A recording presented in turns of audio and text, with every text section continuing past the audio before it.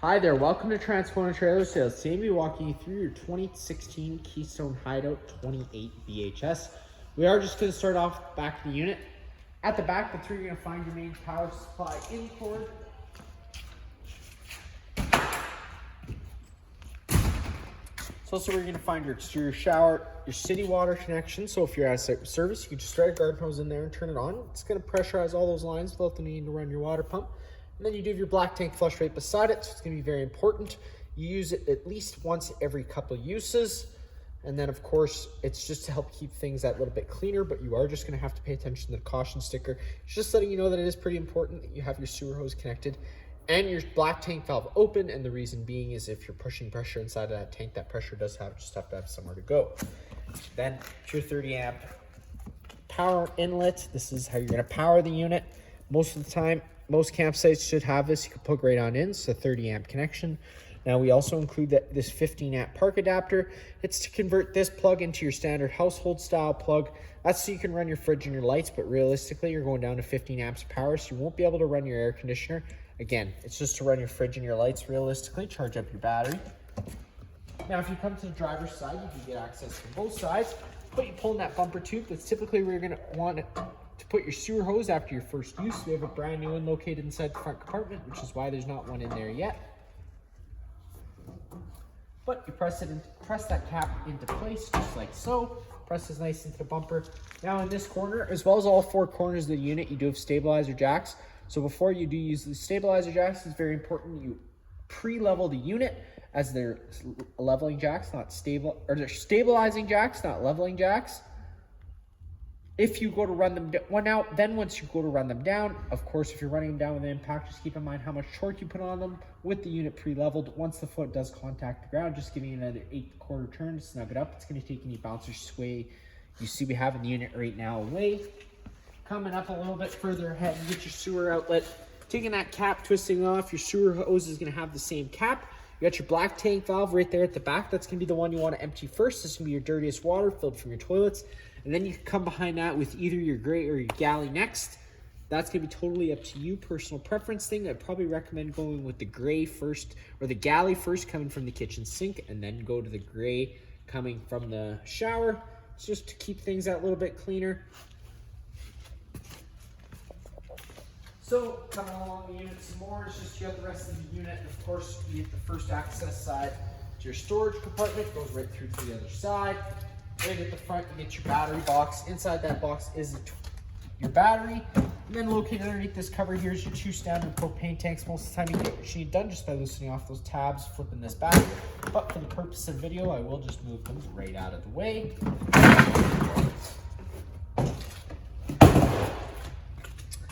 Obviously, with the valve pointed this way, you're going to be drawing off this tank. If this tank were to go dry, you can close it, flip it over to the other side, and then you can continue drawing off that tank.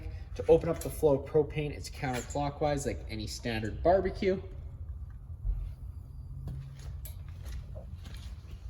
Again, this is going to be the other side of your storage compartment.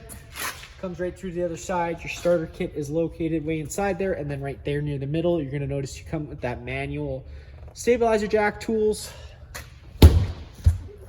Now this is the main entryway door. This will be the door that we're entering through today, but I'll just go over the rest of the outside first before we do hop on inside. This right here is going to be the service port for your hot water heater. Take this, move this out of the way. There's only a couple things you really need to worry about inside here. 1/8" drain bolt right down there at the bottom. And then right up top, you get that pressure relief valve. You should be able to give that guy a pull. There should be a shot of water coming out of there, letting you know that the tank's full and safe to fire up. So it's always a good idea before you turn on your water heater to make sure that it's full before you do so, because it only takes running it for about 5 seconds for it to burn something out if it wasn't full with water and you'd already turned it on. So again, just be careful whenever you're using it. Line them up like so, and then the rest of it just pops back into place. Gives you fresh water connection. So if you're out boondocking or your campsite just doesn't have water, you can either put a garden hose in there and turn it on. That's what fills up your fresh tank. Siphon water in, however you prefer to do it. You got your furnace exhaust. Whenever your furnace is running, this will be blowing out hot air, so just be mindful of that. Then right up top, you get your range hood flap. That's where it's going to be evacuating all that air. Power cord inlet. And now for the best part, to take a step on inside, you're just gonna take that assist handle, push it up, hold it at 90 degrees. It's gonna lock into place. That'll allow you to open up your doors. You can then fold your stairs down. They're gonna come towards you. First thing you're gonna notice off on the right once you do step on, or off on the left once you step on inside, is that fire extinguisher, which is just like home. Pull the pin and shoot. And then up on the wall, you kind of get your control system for the unit. That one switch down there does turn on most of the main living space lights. Then you get a porch light switch, which turns on that porch light. Awning controls, which I'll go over in a second. Water pump switch, turning that on, that is what draws out of your fresh tank. And then you get your 2 water heater switches, so if you want to fire it up on electric, this is the button where you would do so. For firing it up on electric, again, it's extremely important that that tank is already full, because electric is the one that where if you do turn it on before the tank is full, it only takes that probe to be running for a few seconds out of water for it to burn itself out. And then you get your LP gas option. So before you ever go to fire up your gas water heater, I always recommend purging the system. I'll go over more about purging the system when we do get to our stove. But again, before you ever try to fire up a gas appliance, it's a good idea just to purge the system. Makes sure that it just gives it that extra chance to fire up first try with no issues. If you do go to turn it on, the water heater is going to now try lighting itself 3 times. If on the 3rd try it didn't light, this light's going to stay on. In that case, you just have to turn this off, give it about 3 minutes, and then try it again, and it should reset itself. Monitor panel system up top, pushing the button tells you the corresponding level. And then you come to your awning control, push and hold that extend button. The awning is going to start making its way out. Once the awning does reach its full extension, you're going to see the back of the metal tube and a little flap hang down. Sometimes that flap can get stuck, so you might just have to retract it a couple of feet and then put it back in and put it back out again for it to come down. Whenever you are putting this out, it's always, again, very important that you keep an eye on the wind speeds. Once they start picking up, you're going to want to make sure you bring that awning in, and there you go. You're going to see that awning flap got stuck, so just retracting a couple feet, you see it hang down there, and then it just comes down with the rest of the awning. So back to the wind speeds. Once the winds start picking up, it's going to be pretty important you roll this in, otherwise you do run the risk of ripping your fabric or bending your arms. It gets pretty costly pretty quick. If it were to start raining, you can take any arm, front or rear, pull down at the center. It changes the pitch of the awning head, allowing water to now run off. Now, of course, if you like that angle better because it allows more shade underneath, you can do the same thing with the front arm. Just make sure that you do push these arms back to straight in their natural resting positions before you bring the awning in. That way you don't run the risk of bending anything. And to bring that awning in, it is just as simple as pushing the retract button. Awning is going to start rolling its way in. Once the arms do contact the side of the trailer, the motors will automatically cut out. A little extra note that if you have to roll it in while it's wet, it's not that big of a deal. It's not the end of the world. Just trying to remember at your next earliest convenience to roll it back out and allow it adequate time to dry off before you roll it in and seal it away for storage for a while. Because otherwise you're going to accelerate the growth of mold and mildew inside of there while putting it away while it's wet. And again, once these arms do contact the side of the trailer, which they will in a second, the motor's going to automatically cut out. Next, you have your slide out control. Now, fortunately for you, this is a pretty easy next step. Before you ever run your slide out, things shift during travel. That's just the way things go inside trailers. So it's always a good measure to take a good quick look before you run your slide out to make sure that nothing's shifted in between. That's going to get stuck in between the slide out and the wall, both front and rear. Once you do that, just make sure on the outside you have adequate room to put it out without running it into anything. Once that, you do those quick checks, you can just run that on, slide out.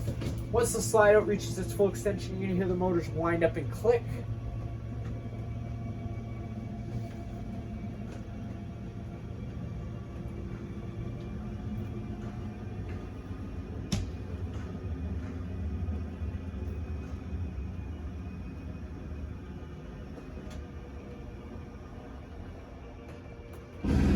And there you go, so you're at your full extension. Now inside here, it is your main entertainment center. It's pretty much just like home. The only things I really need to show you is just your different zones. You got zone A, B, and C. C isn't actually hooked up to anything. You just have A and B speakers, A being inside, B being outside. There's going to be just tons of storage inside of this unit. Just, of course, whenever you are using any of it, you're mindful of drains, water lines, and wiring. You're not going to be wanting to affect any of that at all. And now, one of the cooler features this unit does have, it's on the other side, sorry. If you come to the other side of this, You got 2 sliding doors, which, by the way, in case you didn't notice, we're in the bedroom space now. These sliding doors, they're latched shut for a reason. When you're traveling, they'll be allowed to slam around back and forth, causing damage. You don't want that. So I'll let the camera guy go around to the other side. You can come through on this side. I'm going to close this door. You're going to notice you're going to come to that mirror. Well, let's say you don't want to watch yourself while you sleep. You can just push on the mirror, and this just does the old flip around. And now you have the TV on this side, the mirror being on the back side. It's an awesome little feature they put in there, so you do get the most use out of a single TV. Again, just make sure that when you do close these, you latch them and lock them. That way, when you start traveling, they're not allowed to slide around, causing damage. Underneath the foot of the bed, if you pick up, it does have gas struts underneath there, and it opens up a nice large storage space for any sort of extra blankets or anything you want to put under there. All the blinds in the unit, they're just household style blinds. So you pull on them. You'd have to unhook them at the bottom first, sorry. Unhook the bottom bar. And it works just like a house. Pull on the blind. One way locks it. The other way is going to allow it to go back down. And it just works off this string. The rest of the bedroom is just storage space. Into the slide out portion of the unit, this does fold down into a bed. You're just having to take your cushions. Pick up at the foot of the bed. And that just allows it to fold down, just as simple as that. These blinds in the unit do work the same way as well. They just kind of sit where you leave them. Very simple. Over into this space, this is your dinette. So that table will unfold into a table if you'd like it to, but it's set up as an extra sleeping space right now. So if you this time, you could take those 2 back cushions here, fill in the center, and again, if you had guests couldn't be accommodated inside the bunks, you could sleep them in here. It's an awesome extra little sleeping space. You got 2 little accent lightings just on their own center push buttons inside there in case you were reading at night or something. Now that window over there is going to be the main fire exit for the unit. You're just having to take that handle, fold it like so, push, and you'd be able to hop on out. Now, of course, just be mindful of how far the ground is away from up top. You're going to want to try and go feet first, but if there's a fire, just getting out as quickly as possible is very important. And now into your kitchen space. It's pretty much just like home. Over here, you got your central vac. Just having to grab this, pull. That allows that to open up. That's how you get access into your bag. You got your LP detector because we're equipped with propane. It is required to have this inside. If that guy does ever start going off, though, don't panic. Just turn off the main supply propane at the front of the unit. Open up some windows and vents inside of here and get some fresh oxygen inside. An additional note, the water pump and the water heater bypass valves for winterization are held in behind this false panel. You're just having to remove those bottom 3 screws out of securing it, and they would move out of the way, and then that would give you access to all of that. Which now brings me to my stove. So I did say I was going to go over some propane notes, and that's just because whenever you turn off the main supply at the front of the unit, it does allow air into the system, and especially if you disconnect one of the bottles, once the air makes its way in, it does have to be purged out. Quickest, easiest way to do that is by using your stove. That's just because you get to decide how long the gas runs for and how many lighting sequences it tries to go through. If you went to go try to fire up your fridge, your water heater, or your furnace before you purge the system, you could get fault codes because those will only try lighting themselves a couple times. Those fault codes, if you don't know what they mean, they could throw a little wrench in your weekend and just equals out for a bad time. So that's why I say come to your stove. Now, of course, I forgot a lighter today, but whenever you are lighting this, just being extra cautious because it is gas. As soon as you turn on one of these valves, have a lighter already handy and lit, ready to go over here. So that way, once propane does start flowing through, it's able to light right away. Because we don't want it to build up, because if there's a buildup of it and you had a random combustion source, there could be a minor little ploof. And if your face was nearby, you're going to probably lose your eyebrows and eyelashes, which doesn't sound like fun to me. So, again, just be safe whenever you are using it. For getting the stove to light, it's just as simple as well. Except it could just take just a little bit longer than the stove because the gas orifice for the pilot is so small. So once you do turn it over to the pilot option, push and hold the knob in, take your lighter, hold it around this gas orifice at the back here. Once your pilot's able to light and stay lit without you holding in on the button, you can turn it up to your desired temperature and it does fire right on up. Now, just keep it in mind, it can take a few minutes, so just be patient with it, but of course, being safe while doing so, and just making sure you don't have your face nearby, and always making sure that you have a source of ignition handy and ready. Flipping this guy down, this is your converter. This is also where your breaker panel is, so whenever a breaker trips, it'll sit in the middle, so you just have to turn it off and then back on again to reset it, and all your corresponding fuses will be on the right. Whenever you are running your stove, I always recommend running your range hood. That way you're evacuating those propane fumes as you're creating them. You get your fridge and freezer combo. Just having to push in on the buttons, the safety latches will allow those doors to open up. The controls for both are up top. Push on that power button. It's going to with this flush, it means it's an auto. So it's going to first search for shore power. Once shore power is taken away, it'll automatically switch over to gas. If you were out boondocking, you wanted it to run solely on gas, you just have to depress that button. At this point, again, it's going to be very crucial. You already had the system purged because this is now going into its lighting sequence, but it'll only try lighting itself 3 times. And if it doesn't sense a source of ignition, this check light's going to come on, the fridge is going to beep at you, yada, yada. So that's how you know. Now, if you ever do have a gas appliance that fails to light, always try it a second time. Again, it just could be a purging issue. But you're going to see we didn't get no beeping. So this is probably already lit on gas. So you would have been good to go. But it always is a good measure to stick around that fridge for a few minutes after you try and turning it on to gas, just to make sure that it did light. Because if you were to walk away hoping that it was going to run all night and be ready for you the next day and it didn't, you're probably going to be a little upset. So just keep that in mind for whenever you are going to flight that. Storage all around for the next of it. Last, we got our bunk beds at the back here, double bunks, crazy amount of space. You do get this little ladder and assistance to get up to that top bunk in case someone's not tall enough to climb in.